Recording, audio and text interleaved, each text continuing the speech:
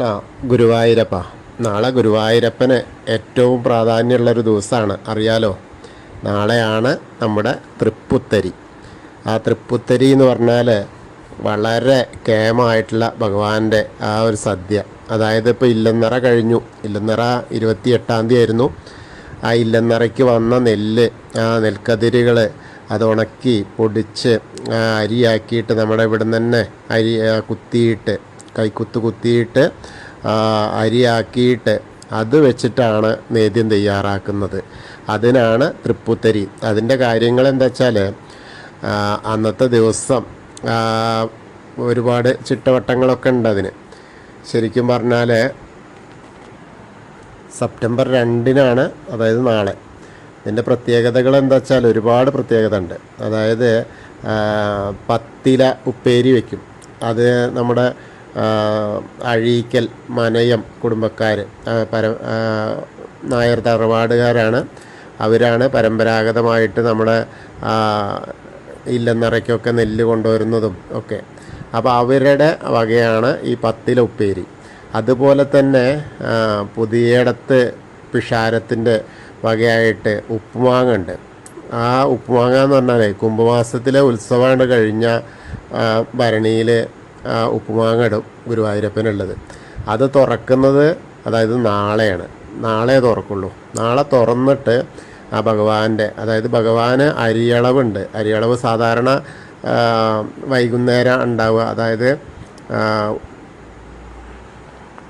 ഉദയാസ്തമന പൂജയ്ക്കൊക്കെയാണ് അരിയളവ്. പക്ഷേ ഇവിടെ എന്താ വെച്ചാൽ നാളത്തെ പ്രത്യേകത എന്ന് പറഞ്ഞാൽ, നാളെ പന്തീരടി പൂജയ്ക്ക് ശേഷം ഒരു നിശ്ചിത സമയത്ത് ആണ് അരിയളവ് നടത്തുക.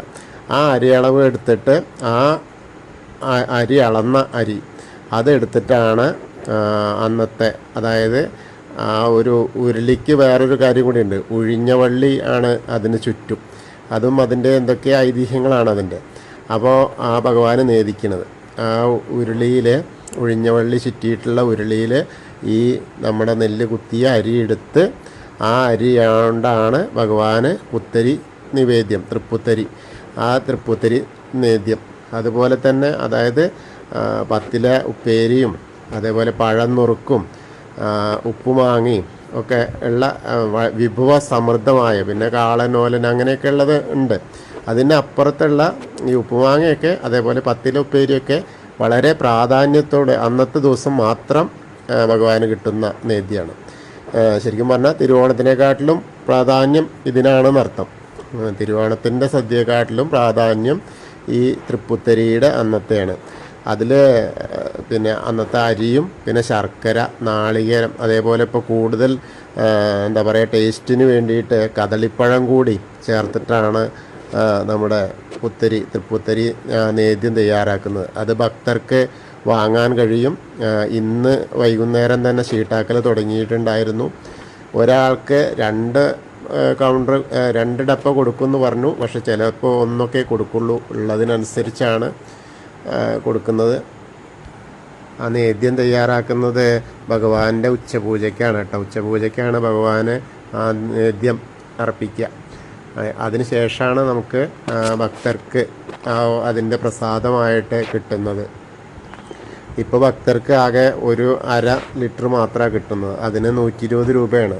പ്ലസ് 20 രൂപയും കൂടിയും കൊടുത്താൽ പാത്രം കൂടിയും കിട്ടും. അങ്ങനെ ഒരാൾക്ക് ഒരു ഇത് മാത്രമാണ് കൊടുക്കുന്നത്. കാരണം അത്രയ്ക്കും ആവശ്യക്കാർ, ഭഗവാന്റെ പ്രസാദമല്ലേ, ആ തൃപ്പുത്തരി പായസം കുടിക്കാൻ അത്രയും ഹൃദ്യമാണല്ലോ. കാരണം ഭഗവാനിന് അത്രയും ഇഷ്ടമായിട്ടുള്ള പായസമാണ്. അപ്പോൾ അതിന് വേണ്ടിയിട്ട് അപ്പോൾ 1/2 പാത്രമാണ് കിട്ടുള്ളൂ. അപ്പോൾ എല്ലാവർക്കും ഗുരുവായൂരപ്പൻ്റെ ആ പുത്തരി നേദ്യം പായസം കഴിക്കാനുള്ള ഇടവരുത്തട്ടെ. എല്ലാവർക്കും ഗുരുവായൂരപ്പൻ്റെ അനുഗ്രഹം ലഭിക്കട്ടെ. കൃഷ്ണായ വാസുദേവായ ഹരയേ പരമാത്മനെ പ്രണതക്ലേശനാശായ ഗോവിന്ദായ നമോ നമഃ. ഹരേ കൃഷ്ണ.